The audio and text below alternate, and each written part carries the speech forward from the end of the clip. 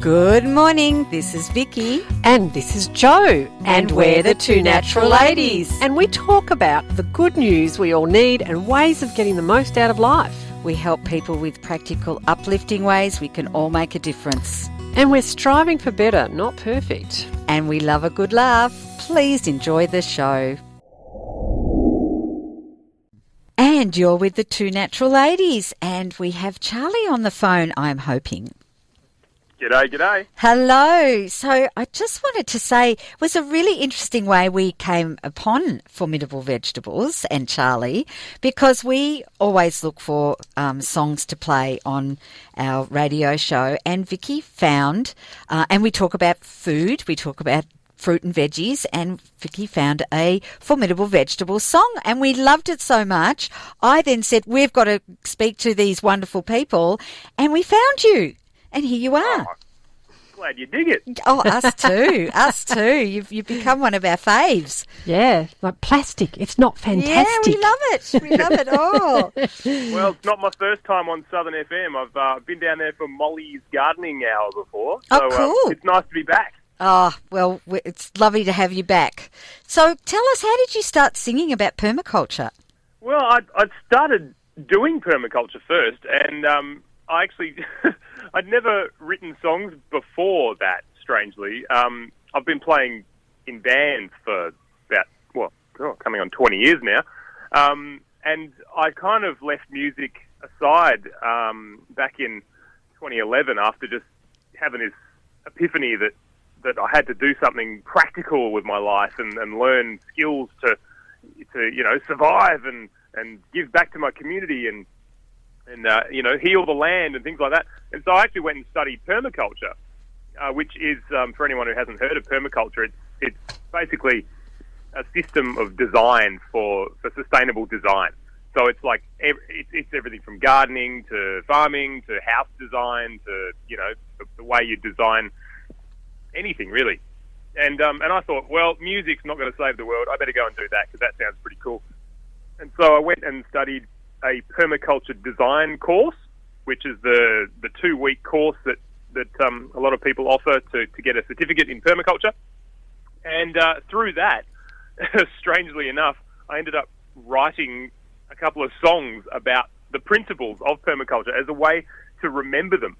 And part of the course actually was to, like, one day we got a bit of homework, which was to go home and research one of the principles. There's 12 principles of permaculture, and they're little, like, signposts towards sustainable living. So, produce no waste, or use and value diversity, or work, creatively respond to change, stuff like this. And we had to give a presentation to the class, but it wasn't allowed to be your typical, PowerPoint presentation, just sort of reading off a piece of paper. We had to do it in a way that was non-linear. So instead of just reading facts and figures, we had to find a creative way to present the principle, which, having a ukulele, a friend suggested that I just write a song about one. And I thought, oh, God, this is the daggiest idea anyone's ever had. I was like, who's going to want to listen to a song about permaculture? But she was very persistent, and I ended up just sitting down and, writing one to stop her from hassling me. And that's what turned into the first song, No Such Thing as Waste, which then after playing that, everyone was like, hey, why don't you do all 12 principles? And I thought, well, why not? Oh, that's so Bringing cool. music to permaculture, it is cool. It is. And can I just say, I think music, it isn't the only thing, but music does help save the world. Definitely. And, yes. The reason we were asked to do a presentation that was something a bit different was because music has been part of culture, traditional cultures for thousands of years. And you don't have to look beyond this country to see that, the people who lived here for tens of thousands of years used songs and stories to communicate, like, really important information about how to take care of the land and how to take care of each other. Oh, perfect. Where are you living now? Where are you now? I'm currently on Judgewarung country, which is just up the road from you guys, at Melliodora, which is David Holograms' permaculture property in Hepburn Springs. Oh, nice. And it's the best place to be. I mean, I'm from Western Australia, but if I could have been locked down anywhere, it would have been here. So it's been pretty amazing. It's 2.5 acres, so a fairly small rural block, but they produce about 85% of all their food and everything we need from the gardens and from the property. So, and David Holograms, of course, is the guy who co-originated permaculture. So it's like, wow, sort of living it up with permaculture royalty here, really. So he's there? Yeah, he lives here with his partner Sue Dennett, and they both designed and built the place back in the 80s, and so it's like this flourishing example of what permaculture can do, which is awesome. So how many people are on the property? There's 6 of us, so there's 3 households. There's the main house where Dave and Sue live, and there's currently a woofer staying there as well. And then me and my partner Brenna, who's an amazing illustrator. She draws pictures about permaculture. She lives in a tiny house, and we share that. And then there's 2 others, Amy and Fernando, who live in a little passive solar studio that's got a little greenhouse built on the end, and they've got their own little garden area. So it's technically a household because we're all part of the same household, but during the pandemic it's been great because we've had enough people to maintain the gardens and keep each other company and have a bit of a community as well. Oh, I think you're in heaven, really. Yes, and you had Joe at Tiny House. Yes. Tiny houses are all the rage. I'm currently sitting in my even tinier house, which is built on the back of an old fire truck. Oh, gorgeous. So that's how I got here. And well, you've already told us how it's been going for you during the pandemic, blooming brilliantly. Well, yeah, I mean, it's been really interesting because obviously, I've been struggling a bit with being away from my family and missing home in WA, and because no one can get back to WA at the moment. No, but it's been a really interesting time, especially doing permaculture, because a lot of, I suppose, a lot of the reasons that people study permaculture comes out of this sort of, worrying about the future and, what are we going to do when, things fall apart and the world kind of collapses. And in a way, that sort of started happening a bit with the pandemic.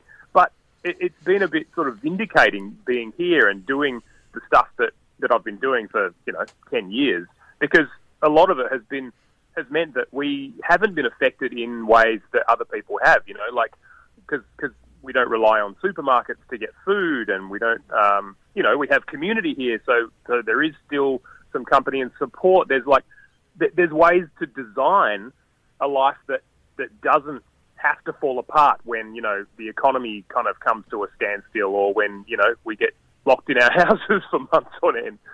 And it's been a real interesting experiment, and I just love, it makes me want to sing about it even more and let people know, hey, this is possible. Come on, let's get on board. So have you been writing? Yeah, I've been writing heaps. I've actually written 2 albums since I've been here. Wow. So there's a few lockdown songs going on? Yeah, well, no lockdown songs. They're more like let's get out and do stuff songs. I'm waiting for the time when I can actually go back and do a gig, which would be nice. But I've actually been writing a kids album, which is great. Sort of all about gardening and food and being nice to people. But underneath all that is the ethics of permaculture, which is earth care, people care, and fair share. And that's really the 3 things that I'm trying to communicate through my music. And kids get that, they just love it, and it's so good to have an audience of engaged kids who are just going to go out and take it into the world and kind of tell their parents and rock out. So I suppose you're hoping that when we open up, you can go and play those songs at the schools. Yeah. I've actually been Brenna and I have been setting up over the years we've been doing a bit of an enterprise called Grow Do It, which we take to schools and we do little school incursions with kids about how to. Anything from gardening workshops to reducing waste to how to live more sustainably. And the music's a huge part of that. At the end of the day, we have a big concert and the kids jump around and have a big dance party. And, it'll be so good to be able to go do that again. I'm really looking forward to it. Is that for high school or just primary school? Usually primary school is sort of like upper primary is the best age. But, I've done gigs at high schools too, and it's pretty fun because a lot of our our music is kind of, I mean, I play ukulele and sing, but I play to these electronic dance music beats. So, you rock up to a high school and kids kind of look at you with their arms crossed and, this guy with a ukulele, like, what's this all about? And then you crank up some beefy dance music and they're all like, oh, yeah, this is sick. You can win them over. Yeah, that sounds good. Oh, well, we can't wait till we get to hear some of your new stuff. Yes. Yeah. So you do festivals and you've been travelling all over the world when you can. Yeah, well, actually, we travelled, we toured for about 7 years internationally and managed to play at some pretty massive festivals like Glastonbury a few times. But last year, I actually stopped flying by choice because of the climate emergency. And I thought, well, I can't be thinking about climate change and how to live a green life when I'm flying all around the world all the time. And it just felt like too hypocritical for my own good. So I took a flight-free pledge for 2020, which is ironic because everyone... Well done. Yeah, good on you. I did it before it was cool. All right, I will believe you. And, so I didn't fly for a year before that, which was really hard when festivals were all happening and we were getting invitations to, come and play Glastonbury again. And ironically, we ended up playing anyway because this year it went online. So It was great. We could play from the comfort of our own living room. And that was in between lockdowns, so I could actually go down to Melbourne and get together with the band, and we did our only gig, our only mid-pandemic gig from the lounge room of Mal's place. So it's heaps of fun touring and playing festivals, but it's really energy intensive as well. And this has been such a great downtime to just write some new songs and sort of get some energy back. Because I'm sure when things open up, I'll be on the road and touring around Australia again. And how many are in the band? There's about anywhere from 3 to 13, depending on who's around. Oh, We're our longest members are Mal Webb and Kylie Morrigan, and they're St Kilda locals. Mal Webb's a legend. He's been doing his own music for 30 years. I don't know, some of you out there might remember a band called the Oxo Cubans. He was a founding member of that. And, he did the soundtrack to Lano and Woodley and stuff like that. So he's an absolute legend. And I was just blown away when I, back in 2012 when I wrote the first album and just kind of emailed him saying, hey, Mal Webb, could you play some trumpet on my album? He was like, yeah, sure. And I was like, oh, my God, I get to work with Mal Webb. And now he's been in the band for nearly 10 years. And his partner Kylie is an incredible violin player. She used to play in Orchestra Victoria for 15 years played with everyone from Stevie Wonder to Shirley Bassey and Led Zeppelin. And so, she's a gun, and together they're just nuts. So the three of us kick around quite a lot just as a trio. But back in West Australia, I usually get my dad up. He plays trombone. And, nice having your old man on stage with you as well. And we got a drummer over there and a sax and clarinet player.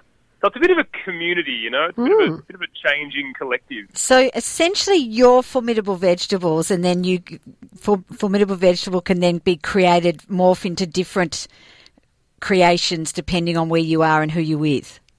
Yeah, exactly. Oh, that's cool. And, it sounds more formidable than it sometimes is. We used to be called Formidable Vegetable Sound System, but I figured just a guy with a ukulele didn't justify having a 10-syllable band name. Well, it sounds very organic. Yeah. Okay, so how can music and the arts be used to encourage regenerative, sustainable culture?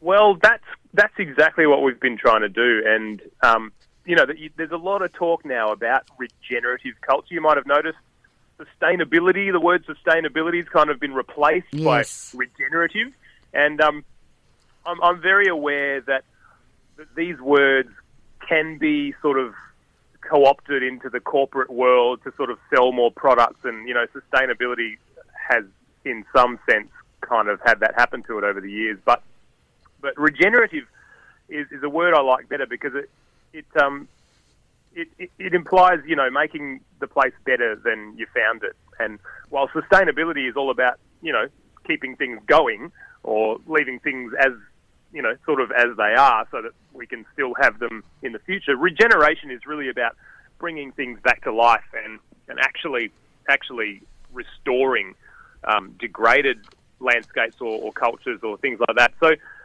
it'd be interesting to see where that movement goes. And I've been working in that space for, my whole career pretty much since doing permaculture. I love that, because we when we go on holidays, we hire a house or something, myself and my family. My husband and I would always make sure that we cleaned it better than we found it. Yeah. It's just that ethic, isn't it, of leave the place better than you found it so that someone else can enjoy it later. Yep. And that's the whole idea behind sustainability. I love it. We want to leave a planet where our kids can live later. Yep. And, Vandana Shiva, one of my favourite activists from India, puts it this way. She says, if you ask a husband and wife how their marriage is going, and they say, sustainable, that doesn't sound particularly happy, does it? No. So, whereas, regenerative culture is that desire to really kind of put some effort in and make the world more awesome than it is so that future generations can have an even better time than we're having. And we got to face it, we're living in a pretty tough time. And a lot of people aren't having a very good run. And there's a lot that we can do, we who have the means to. Like, I feel super privileged living here and living in Australia. I mean, we're so much luckier than so many people. But we need to use that privilege to kind of do something to change the systems that make other people kind of have less than us. And that's at the core of permaculture. That's what that's what it's trying to do. It's trying to use design. So it's sort of like a systemic kind of scientific way to design living systems that can actually help bring people out of poverty and bring land out of degradation. And music is a great way to do that because that's how we change the culture part. Permaculture is just two words joined together, which is permanent culture, which basically, that means sustainability right there. If we want to have a permanent culture, we've got to have a culture that kind of can imagine that. And everything we do in the world is the product of someone's imagination somewhere. I mean, if you think about the fact that you wake up in the morning and you go down the shop and you buy some milk and you have your brekkie and then you go to work and you go on holidays, that all feels normal. But really, that's just the product of someone's imagination from years and years ago who thought up, hey, this system would be a good way for the world to work. And a clever architect or economist or politician put it into practice. And then everyone accepted it as normal. Yes. And so the way that the kind of life hack, if you like, to get around that or to imagine a new normal is through the arts, because the arts really captures people's imagination. It captures emotion. It makes people feel stuff. And we can really imagine what's possible when we sing about it and when we make pictures about it or art about it, because that's kind of ground zero for reimagining. And then, people with other skills like the economists and the architects and the politicians can be like, oh, well, we can use our skills to do something about it. Yeah. Have you heard of Kate Raworth? Yeah, I have. She's written the Donut Economy. It's all about what you're talking about. Awesome. Yeah. Actually, my partner Brenner, I think, has been on a talk with her. Oh, wow. Yeah, we're trying to get in touch with her. So if you can tell us how to get in touch with her, we'd love to have a chat with her. She's pretty busy, yeah. Yeah, I'm sure she is. But anyway, yeah. You're listening to The Two Natural Ladies, and we've got Charlie on the line, we hope, still. G'day. We've got Pauline here who's coming up next with Community Capers, and she's just popped her head in to ask you a question, Charlie. I'll go for it. So lockdown rules easing and all that willing, she's actually planning to go to Daylesford in a few weeks, and she was just asking, is where you're living, is that a open, can people visit?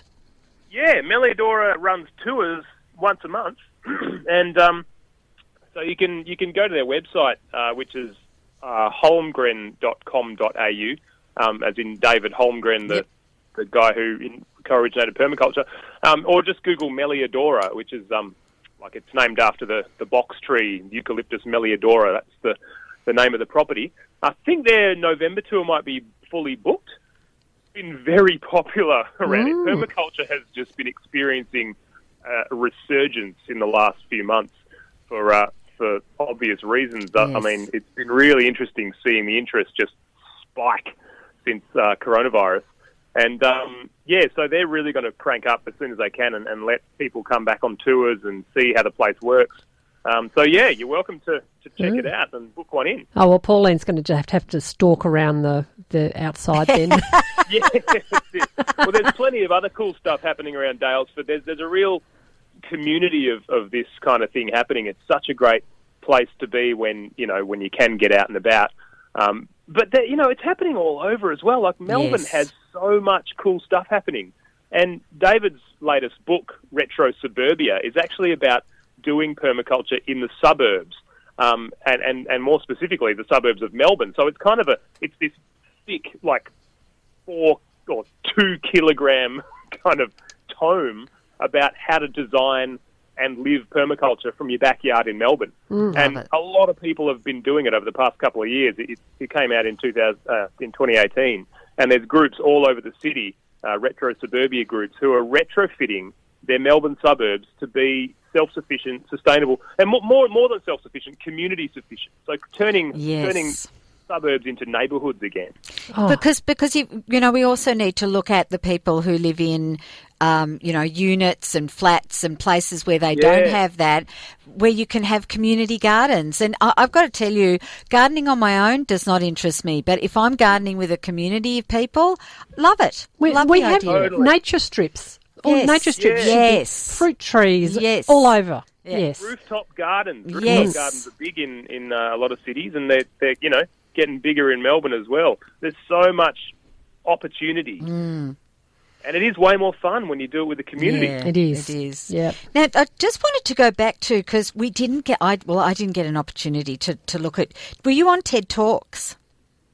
I did a TEDx, a couple of years ago about music and sustainable culture. So like you writing songs with a purpose to kind of change minds. Yeah, it was the scariest thing I've ever done.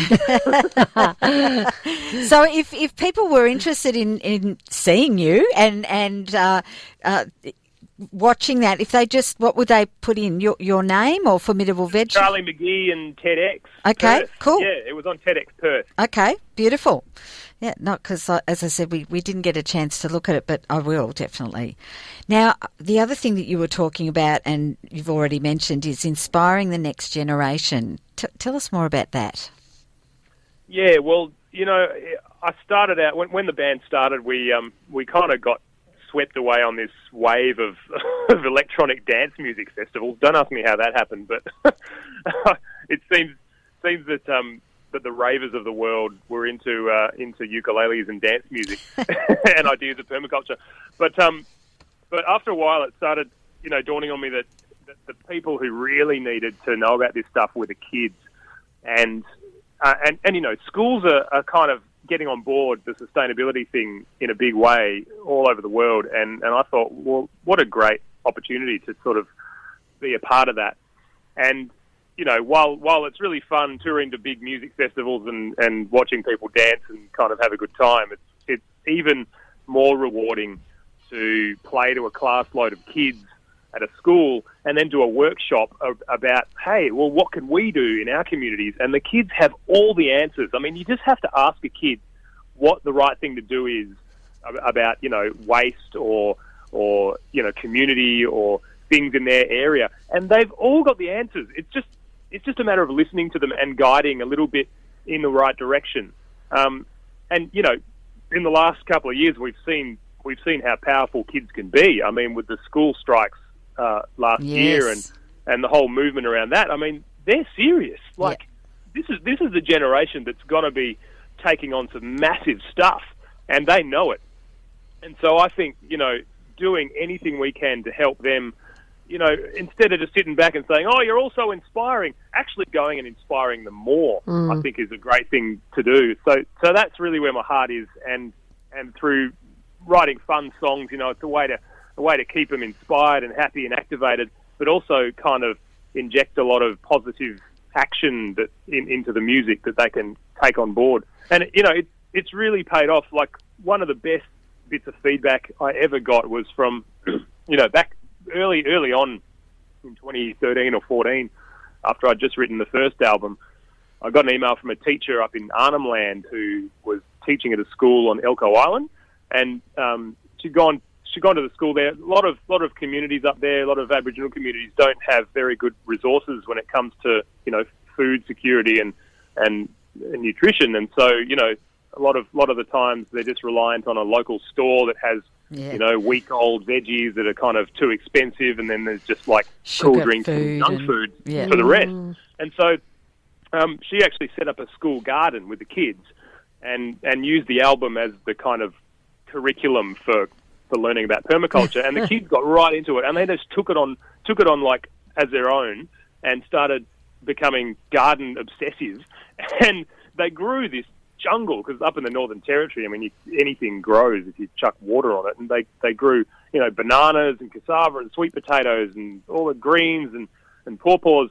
And they wrote a blog about it. And she sent me a link to the blog one day and said, "Look, this is what's come out of teaching the kids permaculture through your songs." And I just wanted you to know. And there were photos of kids holding epic baskets of food and like cooking it up and sharing it with their families, and everyone in the community was benefiting. And I just thought, wow, this is really powerful. Yeah. And that's making a difference. Yeah. Yeah.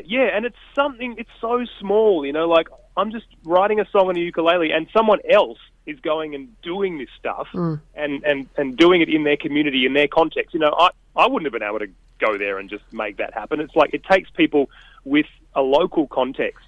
And, there's a lot of talk of saving the world, but I really think we need to just save our neighbourhoods first. Yes. And if everyone did that, we'd have a better chance. And have some fun and be happy. Let's lose the significance.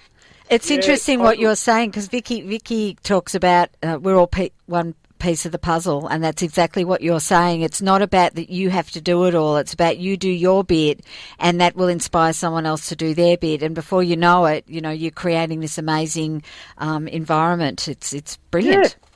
Yeah. The best thing that I was told when I was freaking out about the world one day, I was studying. I was in my second week of the permaculture course, and in the beginning of the course, you kind of get told all the problems of the world, which we all know about. But when you get given them in pure scientific form and right in your face, it's kind of a bit overwhelming. And I was just sitting there, in front of my books, going, "What do I do? Like, what can I even do for the world? It's too overwhelming." And my friend came and gave me a quote from Howard Thurman, which was that, "Don't ask yourself, what can I do for the world? Ask what makes you come alive, because what the world needs is people who've come alive." And I thought, oh, that's great. So it's like a win-win. Like, I can do what I love, and channel it into something meaningful.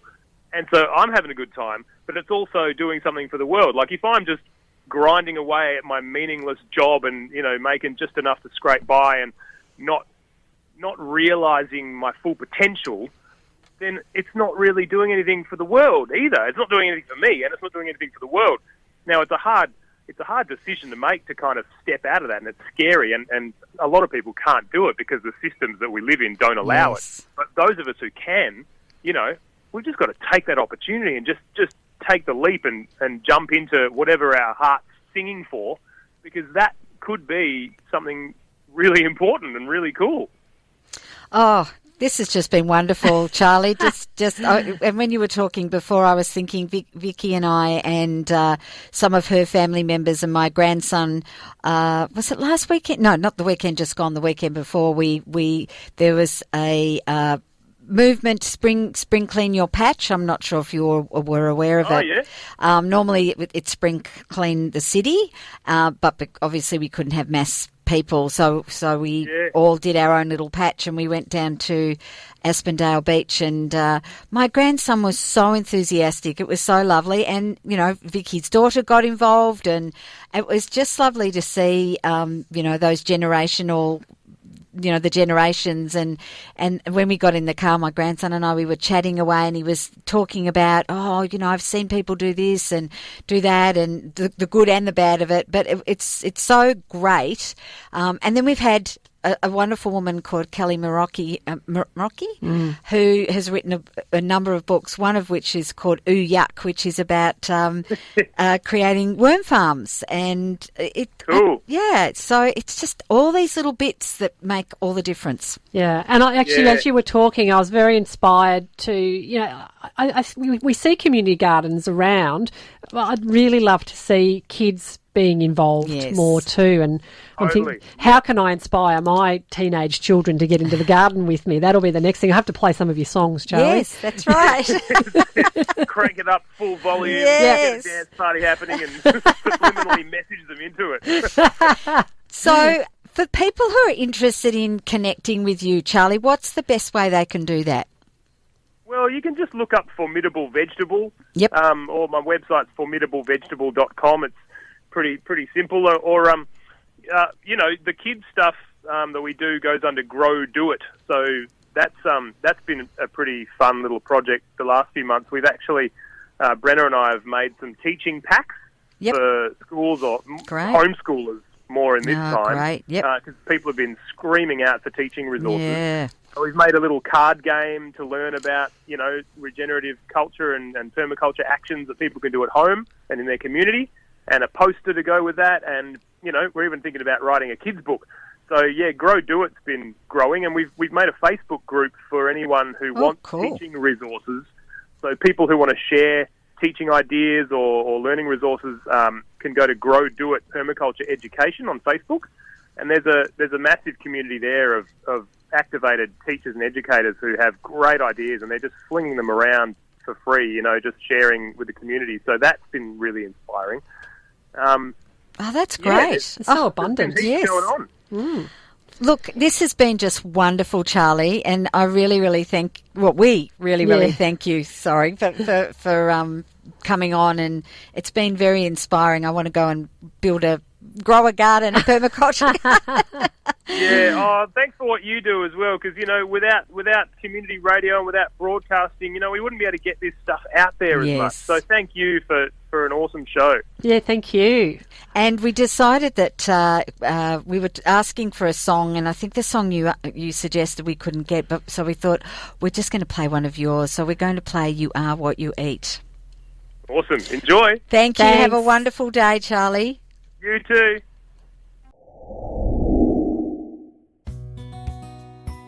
You've been listening to the Two Natural Ladies podcast. Visit twonaturalladies.com.au for more information. Thanks for joining us.